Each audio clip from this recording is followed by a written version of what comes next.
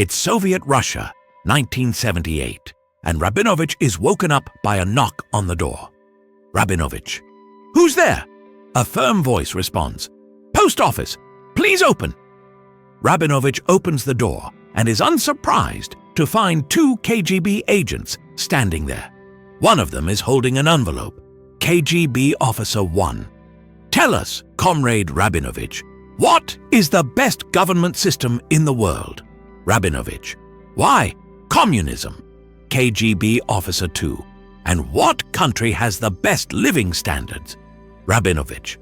"The Soviet Union." "Of course." Officer 1. "And what constitution is the best at protecting the rights of the citizens?" Rabinovich. "The Soviet Constitution, comrades." Officer 2. "Then, do you mind explaining to us, Comrade Rabinovich, why you have recently filed a request to emigrate to France?" Rabinovich.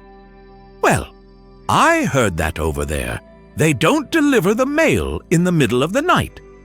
One day, while he was at the track, playing the ponies, and all but losing his shirt, Mitch noticed a priest who stepped out onto the track and blessed the forehead of one of the horses lining up for the fourth race.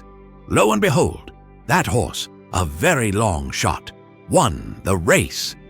Before the next race, as the horses began lining up, Mitch watched with interest the old priest step onto the track. Sure enough, as the fifth racehorses came to the starting gate, the priest made a blessing on the forehead of one of the horses. Mitch made a beeline for a betting window and placed a small bet on the horse. Again, even though it was another long shot, the horse the priest had blessed won the race. Mitch collected his winnings and anxiously waited to see which horse the priest would bless for the sixth race. The priest again blessed a horse. Mitch bet big on it, and it won. Mitch was elated. As the races continued, the priest kept blessing long-shot horses, and each one ended up coming in first. By and by, Mitch was pulling in some serious money. By the last race, he knew his wildest dreams were going to come true. He made a quick dash to the ATM, withdrew all his savings, and awaited the priest's blessing that would tell him which horse to bet on.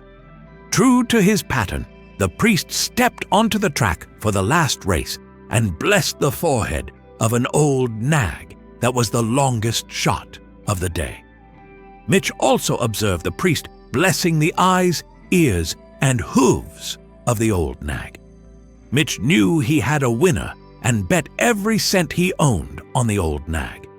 He then watched dumbfounded as the old nag come in dead last. Mitch, in a state of shock, made his way down to the track area where the priest was. Confronting the old priest, he demanded, "Father, what happened? All day long you blessed horses, and they all won. Then, in the last race, the horse you blessed lost by a Kentucky mile. Now, thanks to you, I've lost every cent of my savings. All of it." The priest nodded wisely and with sympathy. "Son," he said, "that's the problem with most people.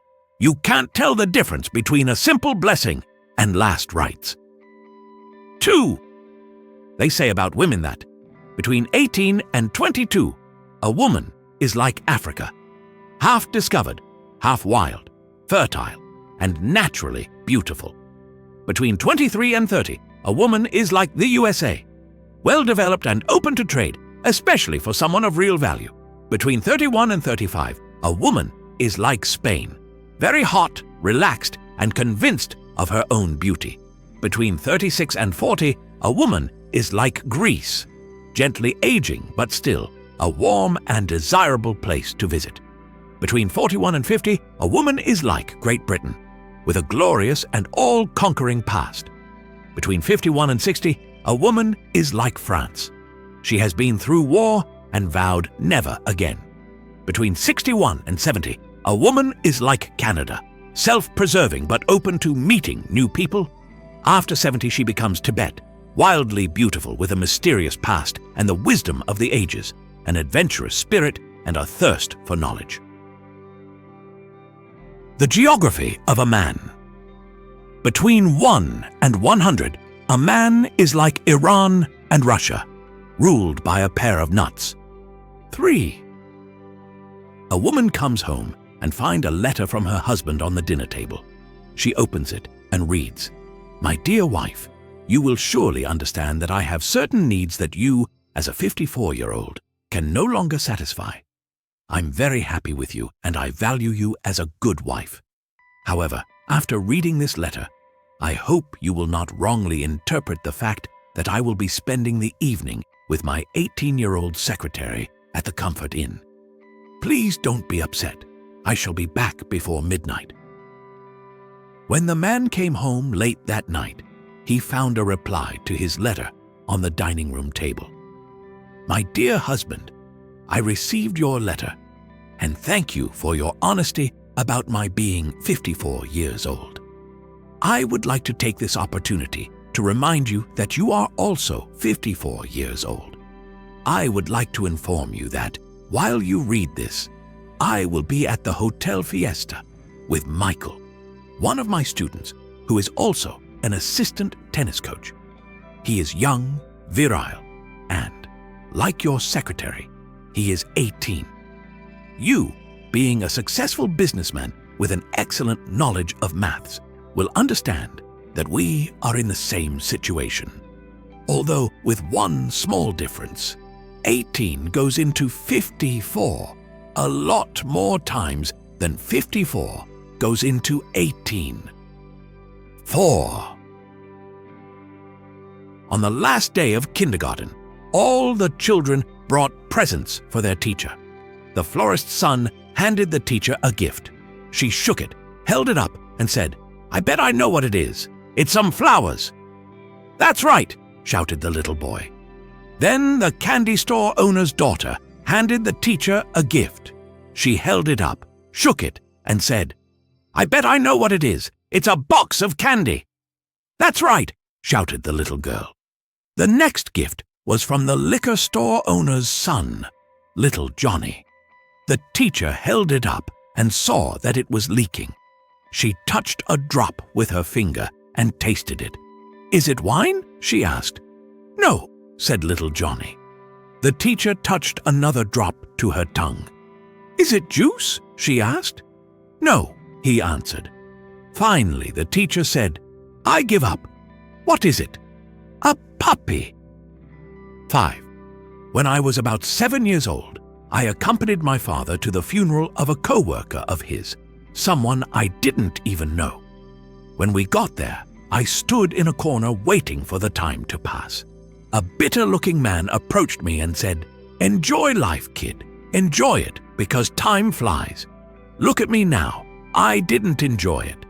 Then he passed his hand over my head and left. My father, before leaving, took me with him to pay honors to his friend. When I looked in the coffin, I was horrified to see that the man in the coffin was the same man who had spoken to me. I was so traumatized I couldn't sleep properly. I had terrible nightmares. I was terrified of being alone. I saw many psychologists, endured much turmoil throughout my adolescent years. It got better as I aged, but I would still occasionally wake up screaming in fear. It was many years later when I discovered something remarkable that completely changed my life. That bastard had a twin. 6. A woman was having an affair. One rainy day, she was in bed with her lover when she heard her husband's car pull into the driveway. Woman: "OMG! Hurry! Grab your clothes and jump out the window." Lover: "It's raining out there." Woman: "If my husband catches us, he'll kill us." The lover jumps out of the window. As he runs down the street in rain, he discovered he had run right into the middle of the town's marathon. He started running along with the others, 300 of them. After a little while, a small group of runners who had been watching him with some curiosity jogged closer. "Do you always run in the nude?" one asked. "Oh, yes," he replied. It feels so wonderfully free. Another runner. Do you always run carrying clothes under your arm? Oh, yes, Lover answered. That way I can get dressed right at the end of the run and go home. Third runner cast his eyes a little lower and asked, Do you always wear a condom when you run? Nope, only when it's raining.